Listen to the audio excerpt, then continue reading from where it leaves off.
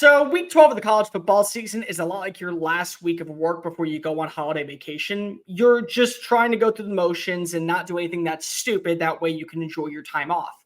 Kind of like teams are trying to go through the motions and not do anything stupid before they actually have fun during rivalry week. But lo and behold, like every office, there's always an upset lurking, and there is an upset special coming to a city near you. Now, the only question turns to where is it in week 12? If you are new, welcome into the channel. My name is Thompson. I'm a radio show host based in Houston, and I talk college football daily. Love talking college football. You seem to like college football, so smash that subscribe button down below. Leave a comment telling me your thoughts on where the upset will occur in week 12. Tell your friends, your family, your sister, your brother, your mortal enemies, your best of bros, the drunk guy passed out in a Waffle House parking lot, and even your whole entire congregation at church about this channel, and let's talk college football. I thought it happened in week 11.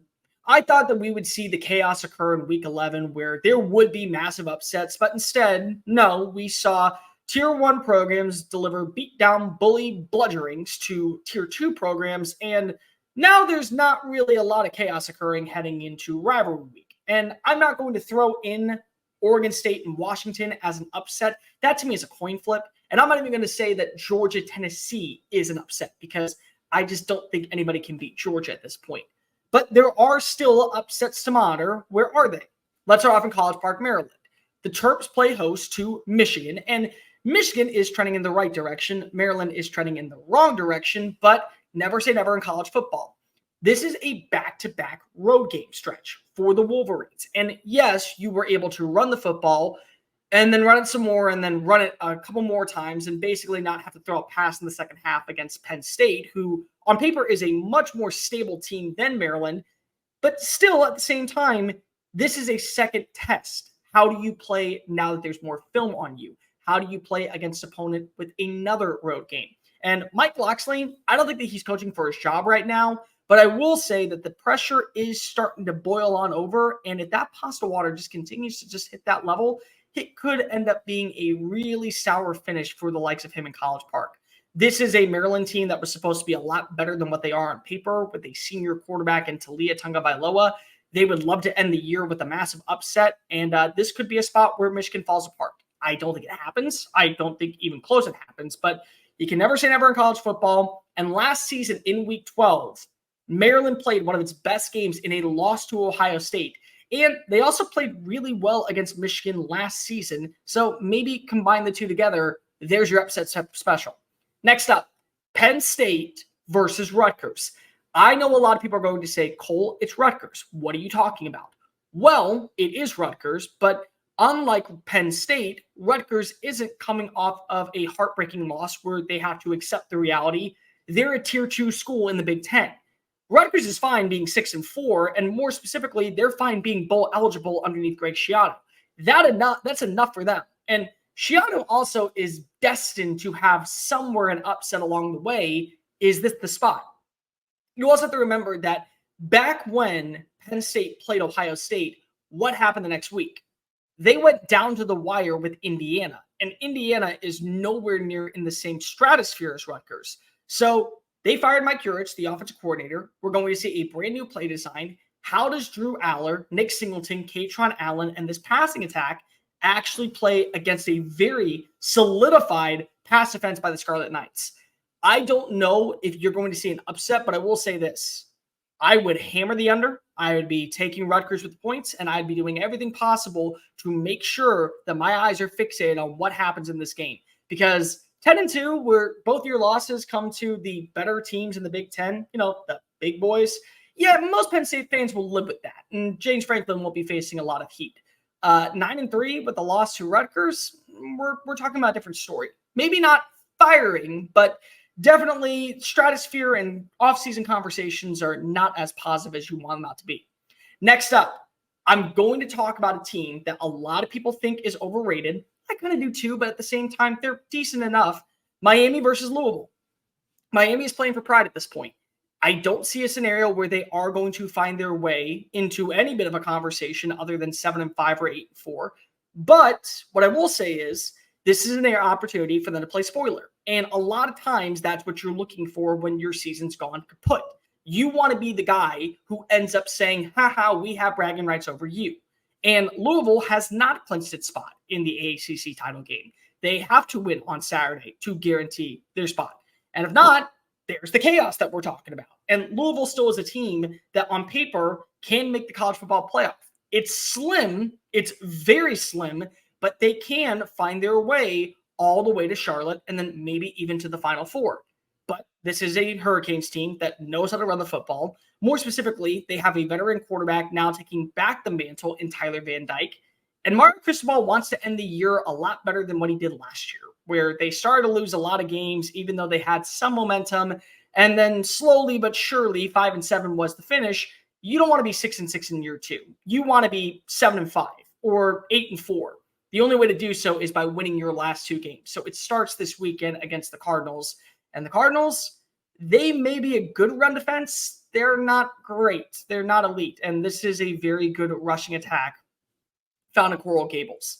Next up, I don't think this is going to be an upset per se, but just be patient.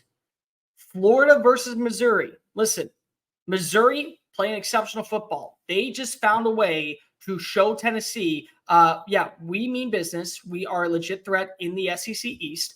We're not going to go away quietly. And best of luck to you next year. You hear Eli Jinkowitz? I didn't. In fact, I don't think many people did, actually. But Florida has to win one of its last 2 games to be bowl eligible. And I'm not saying that Billy Napier is on the hot seat. I think that he was always going to get 3 years to figure out what happens in Gainesville.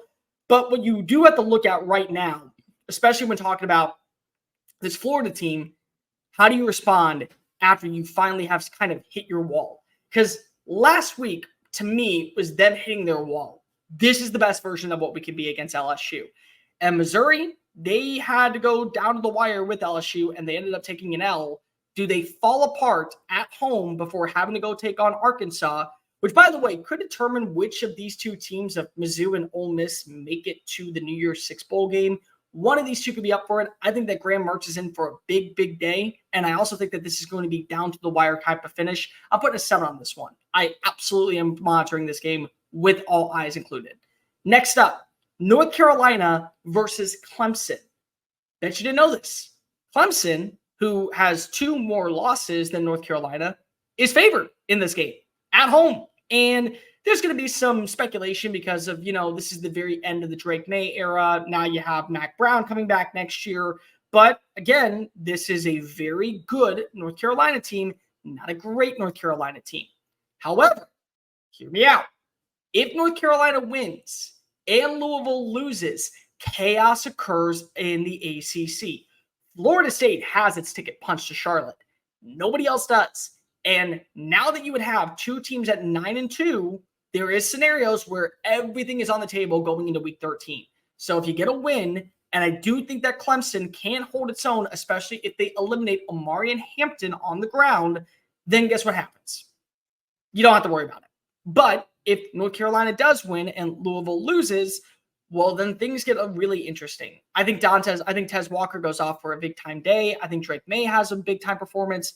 But at the end of the day, I think that this is probably more so in favor of Clemson just because of they are playing the hot hand right now. They have been playing better as of late. And maybe Tyler from Spartanburg deserves a medal because of how well that the team has played since that phone call type calls. 2 more for you real fast. For starters, I don't consider this a major upset, but I still think that we at least have to monitor it. I'm looking at Houston and Oklahoma State. And the main reason why is because Dana Holgorsen may feel safe right now with where he is.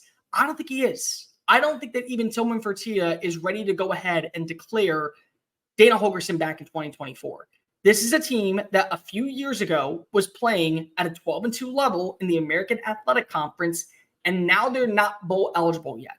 They have to win both of their final games against UCF and Oklahoma State to gain bowl eligibility. And Houston, it's no longer a Group of 5 job. Guys, they are renovating the entire complex. They are adding in millions of dollars to fortify this weight room, this locker room, the facilities, the complex around the area.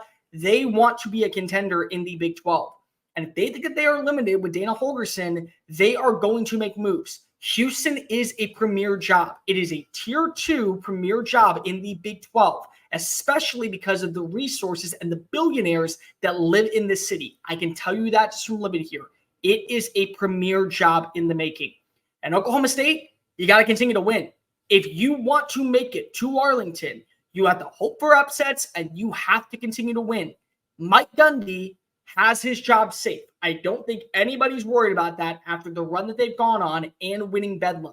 But I do think that if you allow Donovan Smith to kind of go ham like he has against other teams, guess what happens? This is an upset waiting to occur in Houston. In the Bayou City, don't count on anything, including Dana Holgorsen keeping his job for another year. And last but not least, Texas versus Iowa State. Oh boy, if you are a Texas fan, you be worried. You have your favorite alcoholic beverage by you. You have a defibrillator on the other side, and you have a holy cross and basically holy water in both hands, praying that this upset doesn't occur. Because I can tell you this much. At some point, the shenanigans stop running out. A cat stops losing his life. A cat no longer with 9 lives gets that chance. He doesn't. It's over. It's done. This is the game. For Texas, Iowa State. Everyone remembers the last time that they went into Jack Trice Stadium. Biggest viral moment underneath Bo Davis, and it could happen again.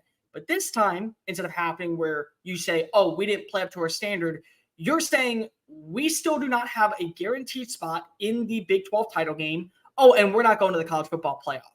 This is senior night for all of these Cyclone players. Matt Campbell is basically like Captain America Steve Rogers before he took the super serum. He can do this all day. He's willing to fight. He's pesky. And this is a Cyclones team that wants to win, because if they continue to win, they keep their hopes of making it to Arlington alive.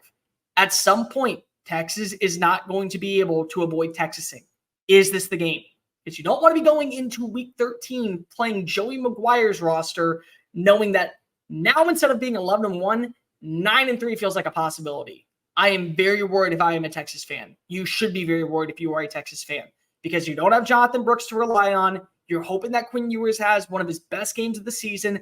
And more primarily, you're hoping that this culture that you have identified underneath Steve Sarkisian carries the weight. Because the last time you played against Iowa State in Ames, culture was the main storyline. And it was really bad. And what happened was you had the most viral moment of 2021. So best of luck to Texas fans. This is the trap game of all trap games. And it couldn't happen at a more disheartening time if you were in Austin. Hey guys, thank you so much for watching that video. Don't hit the X button yet. Make sure you hit subscribe to keep up with all of our daily content found on Just Saying It and anything else that we post on this channel. Bye.